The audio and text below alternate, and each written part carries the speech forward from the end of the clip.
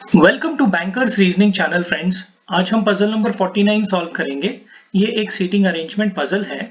इसमें 8 लोग एक सर्कुलर टेबल के चारों तरफ बैठे हुए हैं और वो लोग इनसाइड या आउटसाइड देख रहे हैं। The puzzle says 8 friends A, B, C, D, E, F, G and H are sitting around a circular table but not necessarily in the same order. So here we have to find out the correct order. Some of them are facing inside the center while some are facing outside the center. So here we have to be very careful while drawing the puzzle and read all the clues very carefully. ये बहुत important है यहाँ पे क्योंकि हर clue का अपना importance होगा। Let us see what should be our approach while solving this kind of puzzle. We will write down all the clues और उसके बाद फिर हम एक एक करके उनको अप्लाई करेंगे। E sits third to the left of C.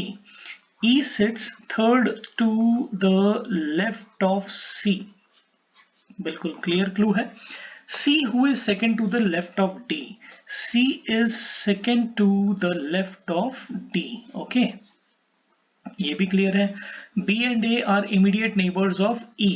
तो B और A जो है वो A के इमीडिएट नेबर है, यानी कि या तो ऐसा हो सकता है वो B E A, ये कंडीशन एक हो सकती है, या फिर A E B, इस तरीके से भी वो लोग बैठ सकते हैं। ओके, तो ये कंडीशन है। इमीडिएट बोला है तो मतलब ये सभी क्या है, इमीडिएट वाला है। Okay, B set second to the right of D, तो D के सेकंड राइट में कौन बैठा है, B बैठा है। ओके, उसके बाद F is sitting opposite to E and both are facing to the same direction.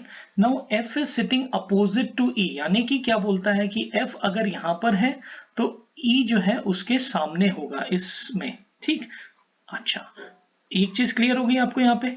Okay, ये आपको क्लियर होनी चाहिए कि F के सामने E बैठेगा। उसके बाद बोलता है and both are facing same direction, यानी कि F और E का जो डायरेक्शन है वो सेम है, यानी कि वो अगर F बाहर देख रहा है तो ये भी बाहर देखेगा, और अगर F सेम डायरेक्शन है, ठीक है ना, तो सेम मतलब अगर वो दो अंदर देखेगा तो फिर वो दोनों अंदर देखेंगे, ठीक है ना, सेम डायरेक्शन है इनका, तो हम इतना लिख सकते हैं यहाँ पे। ओके, उसके बाद बोलता है H is sitting second to the right of F। F के सेकेंड राइट में कौन है, H है। Okay, F who is facing opposite direction of C। अब F और C का जो है वो कैसा है सिस्टम, देखिए F अगर F बाहर देखेगा तो C अंदर देखेगा, यानी कि अपोजिट डायरेक्शन है इन दोनों का एक दूसरे से। ठीक, ये एक इंपॉर्टेंट क्लू हो सकता है। Then A faces D।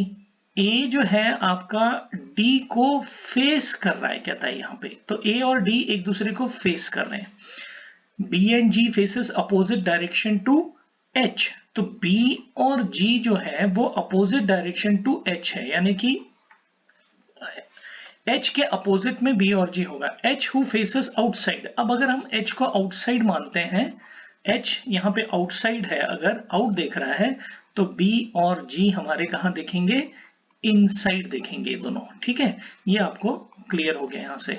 Then what he says, two friends sit between D and E। D और E के बीच में कितने लोग बैठे हुए, टू फ्रेंड्स बैठे हुए हैं। ओके, तो इस तरीके से आपके पास 11 क्लूज आ जाते हैं। अब यहां पर आपने, जब हम सॉल्व कर रहे थे तो हमने जैसे पहले से ही डिसाइड कर रखा है, देखिए आपको क्लियर कट उन्होंने क्या बोला है, इनसाइड आउटसाइड। तो फ्रेंड्स मैं आपको क्लियर बता रहा हूं, जब भी आपको इनसाइड आउटसाइड आता है तो आपको दो पॉसिबिलिटी लेनी ही पड़ेगी, चाहे कैसा भी क्लू आपको दे, you will have to take two possibilities. ठीक, तो यहां पर हमने उसी के तहत जो है दो पॉसिबिलिटी यहां पे हमने ड्रॉ कर ली है और हम अभी ये कर लिया। ओके, अब आप देखिए यहां पे क्या बोलता है। अगर हम सीधे सी से शुरू कर सकते हैं, यहां से भी शुरू कर सकते हैं आप, फोर्थ से, देखिए मैं कौन कौन से बता रहा हूं, फर्स्ट, सेकंड, सेवेंथ, 11th, किसी से भी आप शुरू कर सकते हैं, कोई भी दिक्कत नहीं है आपको। पर अब आपके पास कहीं से भी शुरू कर लीजिए, आपका होमवर्क है, आप बाकी सबसे करिए, मैं ये आपको सी से शुरू करके बताता हूं। मान लेते हैं हम सी को कि सी हमारा अंदर देख रहा है, ठीक है, और एक कंडीशन फिर क्या होती है, सी बाहर देख रहा है, बिकॉज सी का डायरेक्शन हमें नहीं पता। अगर हम सी को यहां रखते हैं तो सी के दो लेफ्ट छोड़ के ई है, सी डैश डैश ई, अगर आपका ई यहां आ जाता है, ठीक है, ये कंडीशन में यहां पर अगर सी है तो 2 छोड़ के आपका ई यहां पर आ जाता है। बिल्कुल क्लियर, कोई भी दिक्कत नहीं इसमें। ओके, अब सी का देखिए डी से भी रिलेशन वो दे रहा है कि डी के सेकंड लेफ्ट में सी है, तो अब आपका डी कहां पे आ सकता है? आप देखिए डी के सेकंड लेफ्ट में सी है, तो क्या हम अभी डी लें? 2 जगह और आ जाएंगी, क्योंकि डी इस साइड भी आ सकता है। मान लो सेकंड लेफ्ट में अगर ये बाहर देखेगा, तो अभी फिलहाल हम इसको रोक लेते हैं। ओके, डी के सेकंड राइट में बी अभी नहीं चाहिए हमें। ई से हमें एफ मिल रहा है सीधा, ई के अपोजिट में एफ है, ये तो कंफर्म है, तो यहाँ पे हमें एफ एक मिल गया। ओके, ये एक मिल जाता है। एफ और ई का डायरेक्शन सेम है, अभी इस वक्त कुछ नहीं पता चल रहा।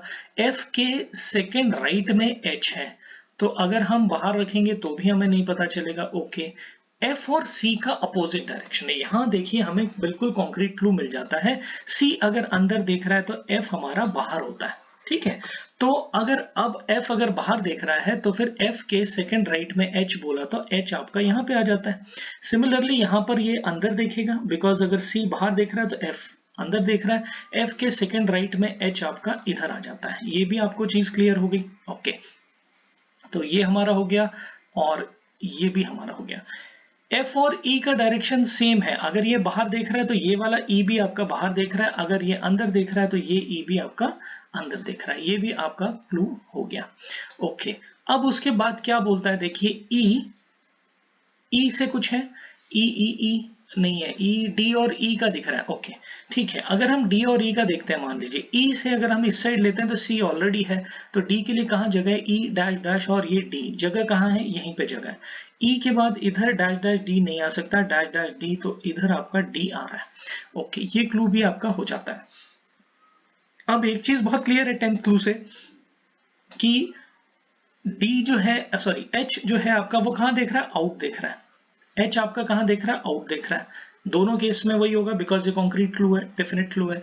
और बी और जी को वो कहता है कि दोनों अंदर देख रहे हैं। अब वो ये क्लियर है। ओके, अब और कोई चीज हमारे को दिख रही है डी और बी की। ओके, डी के सेकंड राइट में बी है, अगर आप इधर इसको डी को बाहर करोगे तो बात बनेगी क्या? नहीं बनेगी। ठीक, तो अगर हमको अब इसको अंदर ही करना पड़ेगा, बिकॉज डी के सेकंड राइट में बी है, तो बी आपका यहां पे आ जाएगा। इस केस में डी के सेकंड राइट में बी नहीं आएगा, तो यहाँ पे हमको इसको आउटसाइड करना पड़ेगा। अगर हमको बी को बिठाना है तो डी के सेकंड राइट में अब बी आ गया आपका। अब देखिए बी ई आपका आ गया, ए की कॉम्बिनेशन उसने बोल रखी है, तो ए आपका इधर ही आएगा, बी ई तो ए आपका इधर आएगा। ओके, दोनों केस में आपका ए डी सामने आ रहा है। ओके, वेरी गुड, ये भी आपकी बात बन चुकी है। सी और डी की भी बात बन चुकी है। ओके, अब आपका ये हो गया, ये भी हो गया, ए और डी ये भी हमने कर दिया। अब देखिए लास्ट एलिमेंट जो बचा है दैट इज जी। ओके, दोनों तरफ हमारा जी रह जाता है। ओके जी, अब हमने जी भी लिख दिया। अब देखिए क्या बोलता है, बी और जी जो है इनसाइड देख रहे हैं, बिकॉज एच आउटसाइड देख रहा है, तो फिर ये आपका अंदर देख रहा है, ये भी अंदर देख रहा है और ये भी अंदर देख रहा है। ओके, अब डी और ए एक दूसरे को आपस में फेस करना है उन्होंने, ठीक है, बिकॉज यहां क्लियर लिखा हुआ है ए फेसेस डी। अगर आप अभी ये अंदर देख रहा है तो ए को भी अंदर देखना पड़ेगा, ए विल फेस इनसाइड, तो ए फेसेस डी। इस केस में डी बाहर देख रहा है, अब इसको फेस तो होगा नहीं, ये तो पीठ करके बैठ गया इधर की तरफ, तो अब इसका जो है बात बनेगी नहीं। तो ये जो सेकंड जो हमारा प्रॉपर्टी है, पॉसिबिलिटी है, ये गलत हो जाती है, बिकॉज डी आउटसाइड देख रहा है, जबकि वो क्या बोलता है कि ए और डी फेस कर रहे हैं आपस में एक दूसरे को। ए इज फेसिंग डी, मतलब ए और डी का चेहरा आमने सामने है। सिर्फ इसी केस में ए और डी का चेहरा आमने सामने है, क्लू बैठ रहा है। यहां पर क्या हुआ कि डी आपका बाहर आ गया ऑटो मोड में, जैसे भी हमने यहाँ पे एडजस्ट किया तो उस हिसाब से ये बाहर आ गया, तो ये वाली पॉसिबिलिटी हमारी गलत हो जाती है, ये पॉसिबिलिटी आपकी करेक्ट हो जाती है। अभी इसमें आज की लर्निंग क्या है फ्रेंड्स? लर्निंग ये है कि जब भी हमें इनसाइड आउटसाइड देगा तो हमने क्या करना है, टू पॉसिबिलिटीज को हमेशा याद रखना है कि हमें तुरंत क्या करनी है, टू पॉसिबिलिटी दिमाग में लेनी है। शुरू आप कहीं से भी कर सकते हैं, 1 2 4 7 11 से भी कर सकते हैं, पर हमने 1 से किया, यहाँ पर ऑलरेडी 4 एलिमेंट आपको मिल रहे थे, तो आप उससे कर सकते हो, कोई दिक्कत नहीं है। मैक्सिमम एलिमेंट वाले से आपको शुरू करना चाहिए, अगर कर सकते हैं तो आपको अच्छा फायदा उसका होगा। उसके बाद जो है आप ये ध्यान रखिए कि इनसाइड आउटसाइड में एरोज का बहुत इंपॉर्टेंट होता है। एरोज जो है, डायरेक्शन ऑफ एरोज जो है वो बहुत इंपॉर्टेंट है। तो इनको एरोज को आप केयरफुली बनाइए, एरोज को केयरफुली बनाइए, ये बहुत जरूरी है। अगर आप ये कर लेंगे तो आपकी पजल आराम से हो जाएगी। Okay friends, well now let us go to question and answers. The first question is, who is sitting third to the left of G? G के third left में देखिए कौन है, 1 2 3 C। ओके, C है। How many friends sit between A and F? A और F के बीच में कितने लोग बैठते हैं? अब अगर आप इधर से लेफ्ट में देखोगे तो 2 है, 2 का भी आंसर है, 4 का भी आंसर है, 1 2 3 4, तो 4, तो बोथ ये भी है, 4 भी है और 2 भी है, तो it is both 1 and 2। No, it is both, it should be both 1 and 3, not 1 and 2। ठीक है ना, 1 and 3 होगा बिकॉज 4 और 2 है। Okay, next is 4 of the following 5 belongs to a group in certain way, find the one which does not belong to that group। E A C D B, E A C D और ये B, ये सब अंदर देख रहे हैं, E आपका बाहर देख रहा है। ओके, तो ये आउट हो जाता है यहाँ से। Who among the following sits opposite to G? G के अपोजिट H है जी, तो फिर H आपका यहाँ पे आ जाता है, अपोजिट है, ठीक है, कोई दिक्कत नहीं।